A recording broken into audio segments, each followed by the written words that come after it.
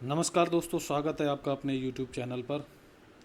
आज हम देखेंगे जो चाइल्ड डेवलपमेंट एंड पेडागोजी शुरू की गई थी, तो उसमें आज एक कॉन्सेप्ट को हम समझेंगे। बहुत ही इम्पोर्टेंट कॉन्सेप्ट है CDP का, राइट। ये CTET में तो आता ही आता है, MS है, UP टेट, रीट वगैरह इनके लिए भी इम्पोर्टेंट है। इसे का कॉन्सेप्ट का होना ज़रूरी है, इस कॉन्सेप्ट को जानना बहुत ज़रूरी है। ग्रोथ और डेवलपमेंट के बारे में क्या जानेंगे हम? ग्रोथ और डेवलपमेंट, बच्चे का विकास और ग्रोथ के बारे में समझेंगे। इस अवधारणा को हम समझेंगे दोनों को, ठीक है। देखिए, विकास, डेवलपमेंट का मतलब होता है विकास। विकास जो होता है वो आपके जन्म जन्म क्या है, जन्म के पहले से, जब आप गर्भावस्था में होते हैं, गर्भावस्था से लेकर के आपकी मृत्यु होने तक विकास चलता रहता है।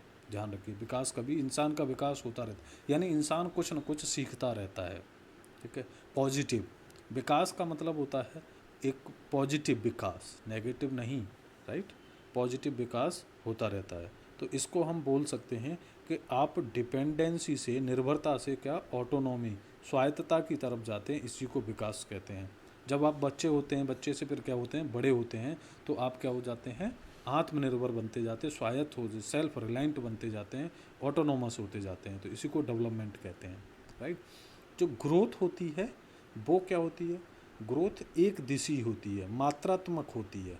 ग्रोथ कैसी होती है? मात्रात्मक होती है। जैसे आपकी लंबाई बढ़ गई, आपका वज़न बढ़ गया, बच्चे का वज़न बढ़ गया, लंबाई बढ़ गया, तो ये क्या है? ये ग्रोथ है उसकी, ठीक है। इसकी लिमिट होती है। ऐसा नहीं है कि आपकी जो लंबाई है जीवन भर बढ़ती रहेगी, नहीं ना, इसकी लिमिट होती है। वजन भी ऐसा नहीं है जीवन भर बढ़ता रहेगा, सर, हर चीज़ की लिमिट। तो ग्रोथ की लिमिट होती है, डेवलपमेंट की कोई लिमिट नहीं है। ये जीवन पर्यंत, आपके मरने तक, वूम टू टॉम्ब तक, क्या बोलते हैं इसको, वूम, गर्भ से कब्र तक, टॉम्ब तक ये चलता रहता है। चलिए अब इसको डिटेल में समझते हैं अच्छे से।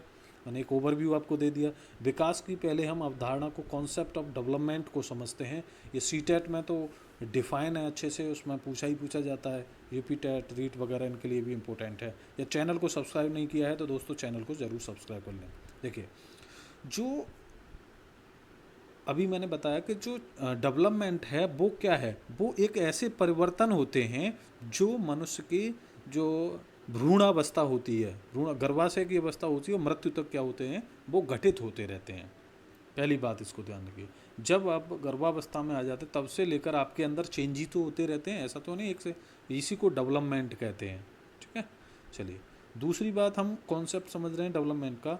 दूसरा पॉइंट हम समझें, it is not only limited to any random change but to those that appear in orderly ways are relatively permanent। जो डेवलपमेंट है, विकास है, वो क्या है, रिलेटिवली परमानेंट होता है, समझ रहे हो ना, स्थायी होता है, विकास चलता रहता है।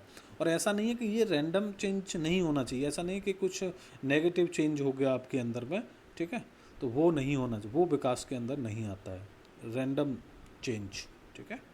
इसका मतलब ये है। नेक्स्ट हम समझेंगे, जो डेवलपमेंट है वो क्या है, क्वालिटेटिव चेंज है, यानी आपका चारों तरफ से विकास होगा, मानसिक, सामाजिक, ठीक है, और फिजिकल, सारा विकास होता है सारी दिशाओं से, तब बोला जाता है विकास, समझे। यदि आपका मानसिक विकास, संज्ञानात्मक विकास हो जाए, कॉग्निटिव, आपका फिजिकल डेवलपमेंट ना हो, तो आपका पूर्ण विकास नहीं माना जाएगा इस चीज़ को। इस चीज़ को तो फिर ग्रोथ बोला जाएगा, ठीक है। यानी ग्रोथ होती है एक फैक्टर में वृद्धि, विकास होता है सारे फैक्टर्स में वृद्धि हो जाए तो वो विकास हो जाता है, राइट, सारी चेंजेज में, ठीक है। आपका फिजिकल विकास भी होगा, आपका कॉग्निटिव डेवलपमेंट भी होगा, इमोशनल डेवलपमेंट भी, सोशल डेवलपमेंट भी होगा, ये सारे, ठीक है। चलिए, यहाँ पर देखो टाइप्स ऑफ डेवलपमेंट, विकास के प्रकार जो मैं अभी बता रहा था। फिजिकल डेवलपमेंट, शारीरिक विकास, आपका शरीर को अच्छे से विकसित हो जाएगा, इसमें बच्चे का शरीर का अच्छे से विकसित हो जाना। कॉग्निटिव, संज्ञानात्मक विकास, यानी बुद्धि का, इंटेलिजेंस का डेवलपमेंट होना, राइट। ऐसे नहीं बुद्धि से आप मंद हो जाएं, ये भी डेवलपमेंट है। इमोशनल, संवेगात्मक, अरे आप अपने इमोशंस को कंट्रोल कर पा रहे हैं कि नहीं, ठीक है। मोरल डेवलपमेंट, नैतिक विकास, सही और गलत में अंतर कर पाना, ये भी नैतिक विकास है। आपको सही गलत के बारे में ही नहीं पता है तो वो भी आपका। लैंग्वेज, भाषा का, एक लैंग्वेज का डेवलपमेंट होता है, ये भी भाषा। और सोशल डेवलपमेंट, सामाजिक विकास, राइट। तो ये क्या है, ये आपके डेवलपमेंट के प्रकार हैं, अब हम समझते हैं कि डेवलपमेंट, ग्रोथ और मैचुरेशन में क्या संबंध होता है। डेवलपमेंट, ग्रोथ और मैचुरेशन, तो बताया था कि जो डेवलपमेंट है वो इंक्लूसिव है, अब कॉन्सेप्ट है, इसके अंदर ग्रोथ भी आ जाती है और मैचुरेशन भी आ जाती है। समझिए, परिपक्वता, जो विकास होना है तो विकास के लिए वृद्धि का होना भी जरूरी है, राइट। जैसे फिजिकल डेवलपमेंट होना है तो उसके लिए फिजिकल लंबाई, मोटाई, मतलब लंबाई होनी चाहिए, आपका वेट बढ़ना चाहिए, सारी चीज़ हष्ट पुष्ट शरीर होना चाहिए, तभी तो वो डेवलपमेंट होगा, राइट। इसलिए तो डेवलपमेंट के अंदर ग्रोथ भी आ जाती है और मैचुराइजेशन भी आ जाती है, ठीक है। जब आप व्यक्ति मैच्योर होता है तभी उसका क्या होता है, अच्छा विकास हो पाता है, ठीक है। संज्ञानात्मक विकास क्या होगा, तभी होगा आपका जब आपका मैच्योर हो जाएंगे, राइट। बुद्धि परिपक्व, मैच्योरिटी जो होती है वो हेरिडिटी से संबंधित होती है, वो आनुवंशिकता से संबंधित होती है, ये माँ बाप से हमें मिलती है, राइट। कोई बच्चा जल्दी मैच्योर हो जाता है, कोई देर से मैच्योर होता है, इस बात को ध्यान रखें। नेक्स्ट समझते हैं इसमें, देखिए, हाँ, maturation is the physical, intellectual और इमोशनल प्रोसेस ऑफ डेवलपमेंट। समझ रहे हो ना, यानी जो मैच्योरेशन क्या है, परिपक्वता क्या है, फिजिकल, एक तो आपका शारीरिक, इंटेलेक्चुअल, बौद्धिक और संवेगात्मक प्रोसेस है विकास की, ठीक है। ये सब चीज़ें जब आपके संवेग आपके मजबूत हो जाते हैं, फिजिकली आप मजबूत हो जाते हैं, आपका इंटेलेक्ट, तो आप क्या हो जाते हैं, मेच्योर हो जाते हैं, परिपक्व हो जाते हैं, समझ रहे हो कि नहीं। आपकी बुद्धि सही हो जाती है, बच्चों जैसी बातें नहीं करते हैं, ठीक है। इमोशंस को आप कंट्रोल कर सकते हैं, तो वही क्या है। और जो मैचुरेशन है, परिपक्वता है, वो हेरिडिटी, आनुवंशिकता से डिपेंड, रिलेटेड है। नेक्स्ट हम देख लेते हैं थोड़ा सा इनमें डिफरेंस देख लीजिए डेवलपमेंट और ग्रोथ का। वैसे मैं सारी चीज़ें आपको बता दी हैं। डेवलपमेंट जो है वो क्वालिटेटिव होता है, गुणात्मक होता है, मतलब आप क्या कह सकते हैं, इसको माप नहीं सकते हो। जैसे ये नहीं कि आपका डेवलपमेंट, फिजिकल डेवलपमेंट हुआ या कॉग्निटिव बुद्धि हुई कि आपकी 250 ग्राम बुद्धि बढ़ गई, बुद्धि को हम माप नहीं सकते। या सामाजिक आपका डेवलपमेंट हुआ, यानी समाज के लोगों के साथ में आप सही से रह पा रहे हो, उनके साथ अनुकूलन कर पा रहे हो, राइट, एडेप्टेशन कर पा रहे हो, तो वो है। तो इसको आप माप नहीं सकते, गुणात्मक होता है। ग्रोथ इज़ क्वांटिटेटिव, यानी ग्रोथ जो होती है वो मात्रात्मक होती है। कैसी होती है, मात्रात्मक होती है। बच्चे की ग्रोथ को आप माप सकते हो, ठीक है, आपकी हाइट को, वेट को, ये सब आप माप सकते हैं। इट रेफर्स, डेवलपमेंट के बाद, refers to all aspects such as physical, cognitive, language, emotional, social. बताया ना कि जो डेवलपमेंट है वो सभी फैक्टर्स में विकास होगा, ठीक है, सभी फैक्टर्स में। और जो आपकी ग्रोथ है वो केवल फिजिकल एस्पेक्ट से संबंधित है। फिजिकल एस्पेक्ट मतलब लंबाई बढ़ जाना और वेट बढ़ जाना, यही बच्चे के संबंध में ग्रोथ क्या है, यही है ग्रोथ, ठीक है। नेक्स्ट, जो डेवलपमेंट है वो ऑफर रेफर्स ऑल चेंज, एक ही बात है, ठीक है। ग्रोथ जो है limited to height and weight, ठीक है, ये हाइट और वेट तक ही सीमित रह जाती है, ठीक है। इट कंटिन्यूज टिल डेथ, जो डेवलपमेंट है वो मृत्यु तक चलता रहता है, यानी आदमी के अंदर परिवर्तन मृत्यु तक आता है, बचपन से लेकर भ्रूणावस्था से लेकर के मृत्यु तक, वूम टू टॉम तक, ठीक है। और जो ग्रोथ है वो एक सर्टेन, एक निश्चित पीरियड के बाद ग्रोथ बच्चे की रुक जाती है, राइट। ये नहीं कि हाइट आपकी बढ़ती चली जाएगी तो आप फिर माउंट एवरेस्ट से भी ऊंचे हो जाओगे, है ना। नेक्स्ट देखते हैं डेवलपमेंट में, it can't be measured only assessed. सारी बातें मैं एक बार में बता ही चुका हूँ आपको कि जो डेवलपमेंट होता है उसको मापा नहीं जा सकता, उसका केवल मूल्यांकन किया जा सकता है, ठीक है, और ग्रोथ को आप मेजर कर सकते हैं। नेक्स्ट चलिए, अब समझते हैं हम डेवलपमेंट और लर्निंग में क्या रिलेशन होता है। देखिए, व्यक्ति का जितना अच्छा डेवलपमेंट होगा उतना ही उसे, लर्निंग का मतलब क्या होता है, अधिगम, यानी वो विकास का अधिगम से क्या संबंध होता है, ठीक है। चलिए, तो learning is the development that comes from efforts and practice. जो लर्निंग है वो भी तो एक विकास है। आप छोटी कक्षा में पढ़ते हैं, वो भी तो अपना विकास ही कर रहे, जिससे संज्ञानात्मक विकास होगा आपका। तो लर्निंग जो कि प्रैक्टिस से और एफर्ट्स से आती है, कोई भी चीज़ आप सीखते हो तो उसमें प्रैक्टिस करनी पड़ती है, एफर्ट्स डालना पड़ता है, तो वो भी क्या, लर्निंग भी एक तरह से डेवलपमेंट ही है इंसान का। नेक्स्ट देखते हैं पॉइंट, समझिए, interaction of maturation and learning is important for development, right. समझिए, मैचुरेशन और लर्निंग का इंटरेक्शन, अंतःक्रिया बहुत ही ज़रूरी है विकास के लिए। कैसे, जब तक समझिए बच्चा आपका मैच्योर नहीं होगा मैच्योरेशन का मतलब वो मानसिक रूप से मैच्योर होना, फिजिकली मैच्योर होना, यानी तभी तो वो लर्निंग कर पाएगा। बच्चा यदि कमज़ोर है, बच्चा यदि खड़ा नहीं हो पा रहा है, पैरों से कमज़ोर है, तो वो लर्निंग क्या करेगा? मतलब उसको आप दौड़ाना सिखा रहे हो, लर्निंग कुछ भी हो सकती है। आपको दौड़ना सिखाना है तो पहले उसको खड़ा होना तो सीखे, ठीक है ना। तो मैचुरेशन होना बहुत ज़रूरी है। जैसे आँखें हैं बच्चे की, जब तक आपकी आँखें मैच्योर नहीं होंगी तब तक आप किसी चीज़ को नहीं पढ़ सकते हो, राइट। तो लर्निंग और मैचुरेशन के बीच में एक इंटरेक्शन होता है, और फिर ये जब दोनों चीज़ें आ जाती हैं तभी क्या होता है, आपका विकास के लिए ये बहुत ज़रूरी है। मैचुरेशन होगा तभी आपका क्या है, लर्निंग कर पाओगे, और तभी आप क्या करोगे, तभी आपका विकास होगा, डेवलपमेंट होगा, राइट। क्योंकि लर्निंग क्या है, खुद एक डेवलपमेंट है जो कि प्रैक्टिस से और किससे, एफर्ट से आता है। Next, development takes place in all aspects, बता ही दिया है, सारे एस्पेक्ट्स में हर चीज़ विकास ही है, मतलब हर चीज़ को कवर करता है डेवलपमेंट। यानी आपका मल्टी डायमेंशनल जो होता है ये डेवलपमेंट, मल्टी डायमेंशनल होता है, बहुदिशी होता है, सारी चीज़ों को देखा जाता है, ठीक है। Next, maturation sets limits to development, जो मैचुरेशन है वो विकास की सीमा को निर्धारित कर देता है। अभी वही बात है, देखिए आप जितने मैच्योर होंगे उतना ही ज़्यादा आपका विकास होगा। आप मैच्योर नहीं हैं तो आपका विकास क्या होगा, कम होगा। आपका शरीर मैच्योर नहीं है तो दिक्कत आ जाएगी फिजिकली। बुद्धि, आपका दिमाग कभी इतना मैच्योर नहीं होता है तो कॉग्निटिव डेवलपमेंट नहीं हो पाएगा आपका, राइट। तो मैचुरेशन, परिपक्वता आने के बाद ही इंसान क्या है, चीज़ों को सीखता है, लर्न करता है, तो उसी के बाद आपका डेवलपमेंट हो सकता है, विकास हो सकता है। इस प्रकार समझेंगे कि जो मैचुरेशन है और लर्निंग है, ये दोनों एक साथ काम करते हैं विकास को बढ़ाने के लिए, इंडिविजुअल, ठीक है। यानी किसी इंडिविजुअल के विकास को करने के लिए मैचुरेशन और लर्निंग दोनों साथ साथ में काम करते हैं। मैचुरेशन होगा तो वो लर्निंग सही कर पाएगा, परिपक्वता होगी तो वो लर्न सही कर पाएगा, और उससे क्या है, व्यक्ति का विकास जल्दी होगा। कोई बच्चा ज़्यादा मैच्योर होता है, देखते हैं आप, तो वो क्या होता है, लर्न जल्दी, चीज़ों को जल्दी सीख लेता है, और कोई बच्चा देर से सीख पाता है तो उसका विकास भी देरी से होगा, ठीक है। लेकिन यहाँ ध्यान रखें कि मैचुरेशन और लर्निंग से क्या होता है, डेवलपमेंट होता है।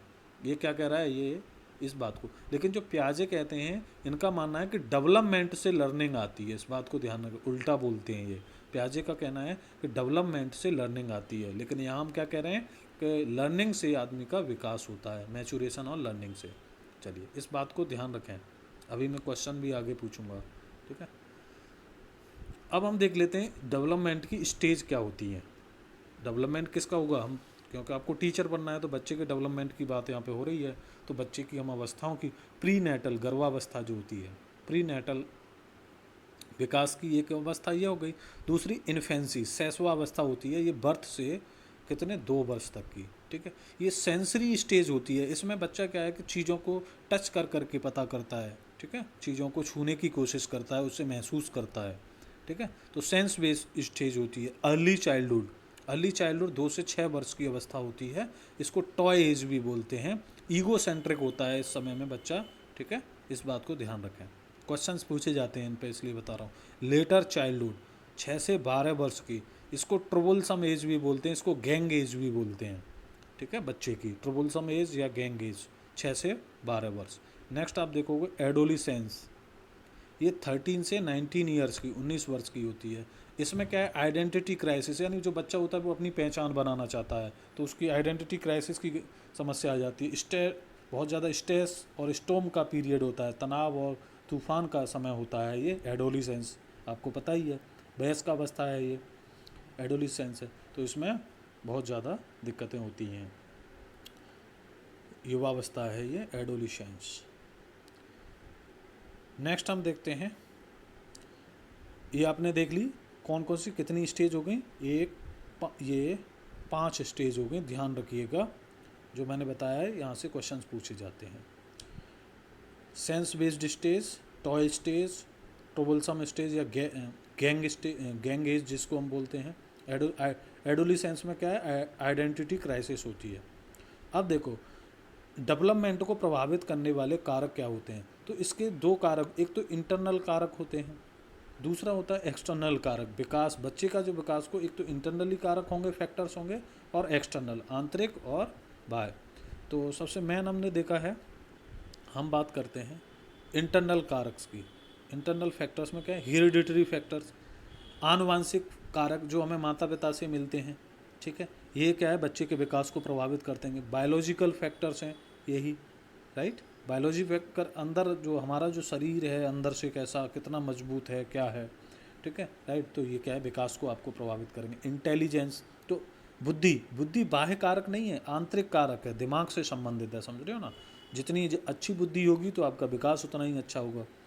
बुद्धि गलत कामों में चलेगी, विकास नहीं होगा। इमोशनल फैक्टर्स, ये भी क्या है आंतरिक कारक। सोशल नेचर, सामाजिक, यानी लोगों के साथ आप घुल मिल पाते हैं, तो ये आपका अपना आंतरिक कारण ही तो इंटरनल फैक्टर है। ये सारे के सारे क्या हैं, ध्यान रखिए एग्जाम में पूछा जा सकता है कि what are the internal factors of development, को प्रभावित करने वाले आंतरिक कारक क्या हैं। अब हम देख लेते हैं बाह्य कारक।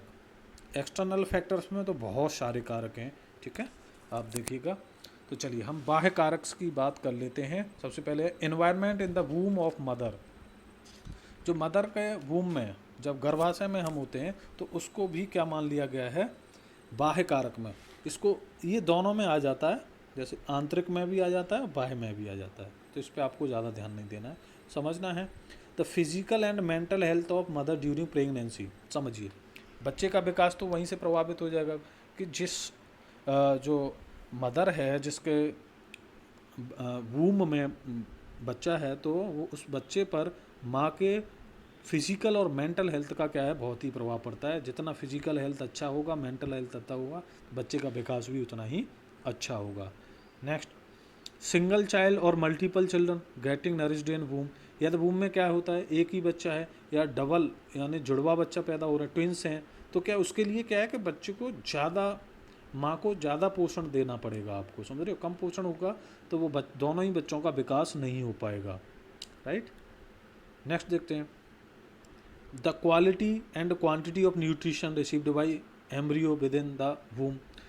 यानी जो न्यूट्रिशन दिया जा रहा है माँ को, उसकी क्वालिटी कैसी है, अच्छी क्वालिटी का दिया जा रहा है, उसकी क्वांटिटी कैसी है, कितनी मात्रा दी जा रही है, इस सब से भी क्या है, तो ये बाह्य कारक है। एबनॉर्मल और नॉर्मल डिलीवरी, राइट, जो डिलीवरी हुई है वो नॉर्मल हुई है या एबनॉर्मल हुई है, तो इसका भी क्या है बच्चे के पर प्रभाव पड़ेगा। नेक्स्ट, एनी डैमेज और accident to the baby in the वूम।